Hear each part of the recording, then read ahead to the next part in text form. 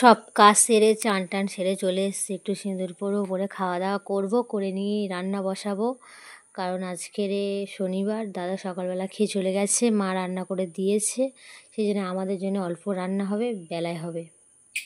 রান্নাঘরে চলে এসেছি, দেখো মাসির জন্যে তরকারি করে নিচ্ছে। মাসির তরকারি মাসি গ্যাসে নিজেই করে নেয়, কারণ মাসির শরীরটা একটু ভালো আছে, সেই জন্য মাসির রান্না মাসি করেই নিচ্ছে।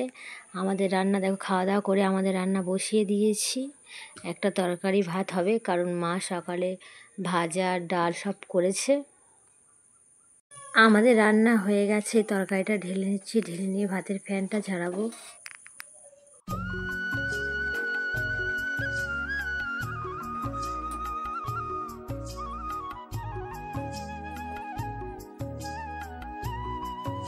রান্নাবান্না কমপ্লিট করে কড়াকড়ি মেজে ঝাঁটফাট দিয়ে চলে এসেছি। এসে ভাত রেডি করছি বড়মশাইয়ের, কারণ কাজে যায়, সকালে ভাত নিয়ে যায় না, কাছাকাছি কাজ করে বলে, সেই জন্য বেলায় এসে ভাত নিয়ে যাবে। ভাতটা রেডি করে নিচ্ছি।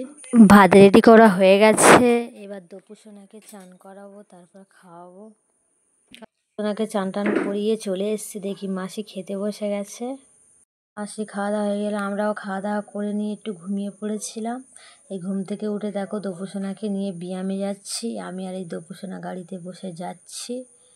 দিন ব্যায়াম বৃহস্পতিবার আর শনিবার। বৃহস্পতিবারটা একটু অসুবিধা হয়, কারণ বৃহস্পতিবার মাসির ডায়ালিসিস আছে, ছেলের ব্যায়াম আছে, একটু গুলিয়ে যায়, কিন্তু সব ম্যানেজ হয়ে যায়। দেখো দপুসোনায় ব্যায়ামে চলে এসছে, দপুসোনা আরও অন্যান্য বাচ্চারা সবাই ব্যায়াম করছে। ব্যায়াম করতে করতে প্রায় সন্ধ্যা হয়ে গেছে। ওয়েদারটা দেখো কি সুন্দর, হাওয়া ছেড়েছে একটু, গাছগুলো কি সুন্দর দুলছে। ওয়েদার ব্যায়াম শেষ হতে হতে প্রায় সন্ধ্যা হয়ে গেছে। একটু বাজারে নেমেছিলাম, নামলে দপুসোনা চাউমিন খাবে বলেছি, চাউমিন এনেছি, দপুসোনা খাচ্ছে বসে বসে।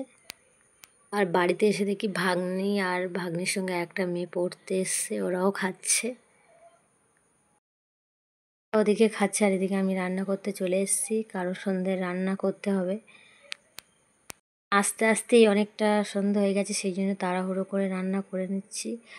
আজকের মতো এখানেই বিদায়, আগামীকাল দেখা হবে অন্য একটা নতুন ব্লগের সঙ্গে। ভিডিওটা ভালো লাগলে লাইক কমেন্ট শেয়ার সাবস্ক্রাইব করবেন। যে যেখানে থাকবেন সুস্থ থাকবেন, ভালো থাকবেন।